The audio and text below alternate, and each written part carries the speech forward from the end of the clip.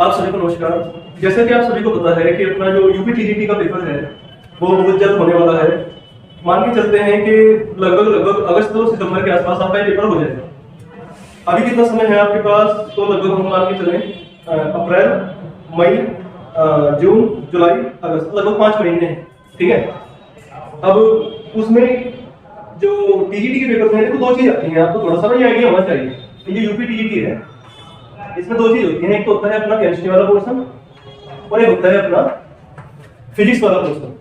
तो केमिस्ट्री वाला portion, physics वाला पोर्शन कितना आता है? तो टोटल इसमें जो क्वेश्चन है फिलहाल वो है 125 सवाल।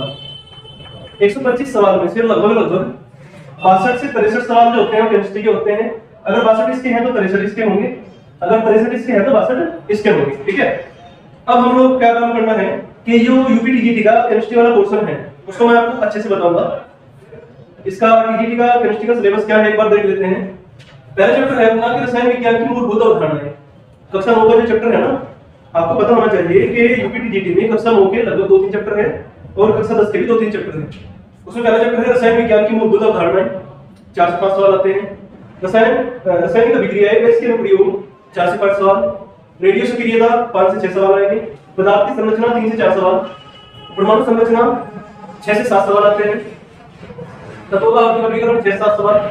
विद्युत रासायनिक सेल 7 से 8 सवाल। रासायनिक आवर्त 8 से 9 सवाल। हाइड्रोकार्बन 7 से 8 सवाल और कार्बनिक रसायन 12 से 14 सवाल आते हैं। अब इसको मैं पढ़ाऊंगा। ठीक है। अब मैं बोलूं भाई, थोड़ा सा बता दो अपने बारे में। तो सन 2021 में एक यूपीटीजीटी का पेपर हुआ था, तो सभी ने पेपर दिया था उसमें। भाई हम भी तैयारी कर रहे थे। तो उस पेपर को देने के बाद जो उसका रिजल्ट आया था, तो पूरे जो हमारा उत्तर प्रदेश है तो उसमें विज्ञान की लगभग 792 सीट थी। तो 792 सीट में से एक सीट पर मेरा भी चयन हुआ था और मेरा यूपीटीजीटी में जो रैंक बनी थी वो बनी थी 58 ऑल यूपी के अंदर, और जिस जिले में हम उसमें सेकंड स्थान पर। ठीक है। तो हम साथ में इसको पढ़ेंगे। पढ़ने का तरीका सिंपल रहेगा, जैसे मैंने पढ़ाया से हम लोग पढ़ेंगे। क्या मेरा तरीका ये होता था कि मैं सबसे पहले चैप्टर को पढ़ता था, उसके नोट्स बनाता था, उसके बाद उन नोट्स को अच्छे से रिवाइज करता था। और रिवाइज करने के बाद सबसे पहला काम हो गया, हमने अपने पार्ट को पढ़ लिया। पार्ट हमने पढ़ लिया अपना। पार्ट पढ़ने के बाद देखो, पार्ट जब तक कंप्लीट नहीं होता जब तक उसकी प्रैक्टिस ना करी जाए। ठीक है। तो उसके बाद दूसरा काम होता है हमारा एक्सरसाइज करना। उसके जो क्वेश्चंस होते हैं ना, उन क्वेश्चंस को लगाने। अब देखो, ये सारे के सारे टॉपिक हर किताब में लिखे हुए हैं। ठीक है। आप पढ़ते भी हो वहां से, लेकिन जब तक आप लोग एक्सरसाइज नहीं करोगे, सवाल नहीं लगाओगे टॉपिक के ऊपर, तब तक वो टॉपिक आपको आने का। और लिटरली मैं आपको बताऊं कि भाई कम से कम 5 से 6 बार आपके पेन के नीचे से उस टॉपिक के सवाल निकलने चाहिए। मान लिया आपने इस पर 70 सवाल किए, तो 70 सवाल को आपको कम से कम 5 बार करना पड़ेगा। 70 गुणा 5 350, यानी कि 70 सवाल 350 सवाल में अपने आप बदल जाएंगे। ठीक है।